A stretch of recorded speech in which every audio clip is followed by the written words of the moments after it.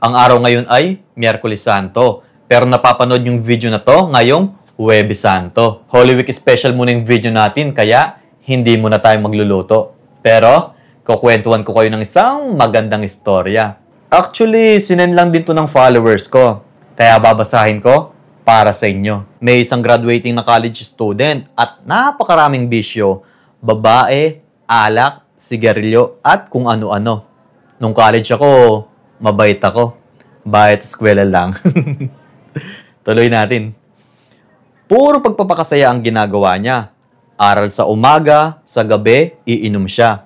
Imbis na merienda ang bilhin niya, sigarilyo ang inuuna. Dumating ang time na hindi siya makakasabay makagraduate sa mga kaklase niya dahil may bagsak siya. At doon siya lumapit kay Lord. Ang sabi niya, Lord, pwede ba ako makipagkasundo sa'yo? 7 taon na ako naninigarilyo. Ititigil ko na ito at tulungan mo lang ako makagraduate ng kolehiyo. Grabe. Pang MMK yata itong binabasa ko. Tuloy ko.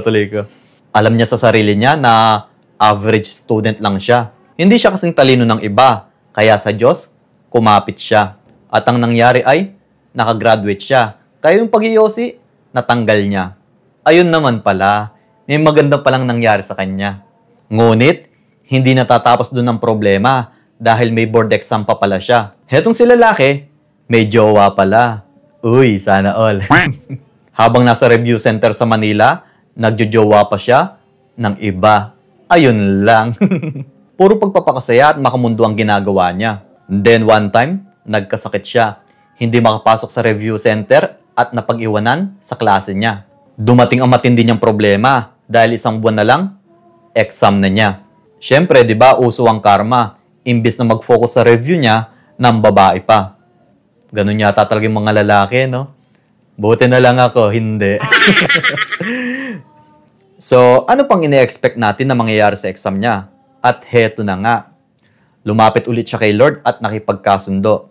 Sabi niya, Panginoon, aalisin ko lahat ng nagpapakasaya sa akin. Mag-deactivate ako ng Facebook at di muna ako iinom hanggat di tapos yung exam. At bibitawan ko ang love life ko. Walang matitirang babae sa buhay ko basta tulungan mo lang ako makapasa sa board exam na to. Grabe. Babaero na tapos demanding pa. Tuloy natin. At yun na nga, dumating na ang exam niya. Hindi lumabas yung mga ni-review niya. So it means yung mga tanong sa exam nila, hindi yun ang na-review niya. Ang masakit pa nito, wala na siyang babalikan na love life kasi parehong binitawan na niya. Ayun lang.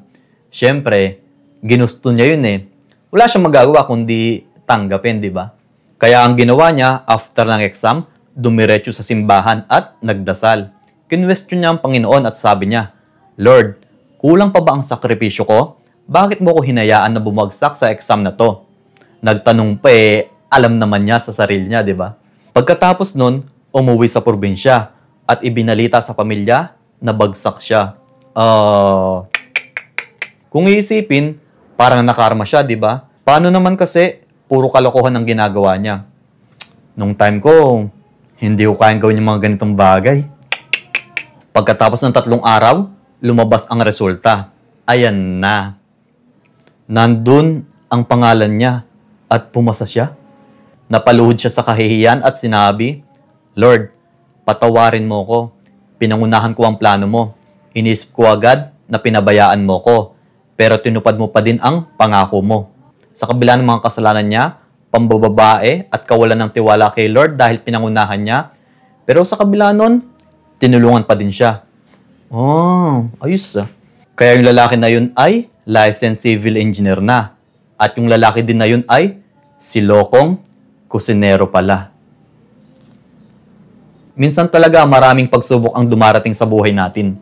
Nagkakasala tayo, nakakagawa tayo ng hindi maganda, nakakasakit tayo ng kapwa, pero hinihintay pa din tayo ng Panginoon na magbago at magbalik loob sa Kanya. Kaya patuloy lang tayo kumapit sa Diyos at magtiwala dahil sa tamang panahon, yung mga blessings ay ibibigay niya. Actually, kasunduan din nila ni Lord dito after niya makapasa ng board exam na ibahagi sa iba ang kabutihan ng Diyos na ginawa sa Kanya. At after 10 years mula nung pagkapasa niya, yung kasunduan na yun ay natupad na.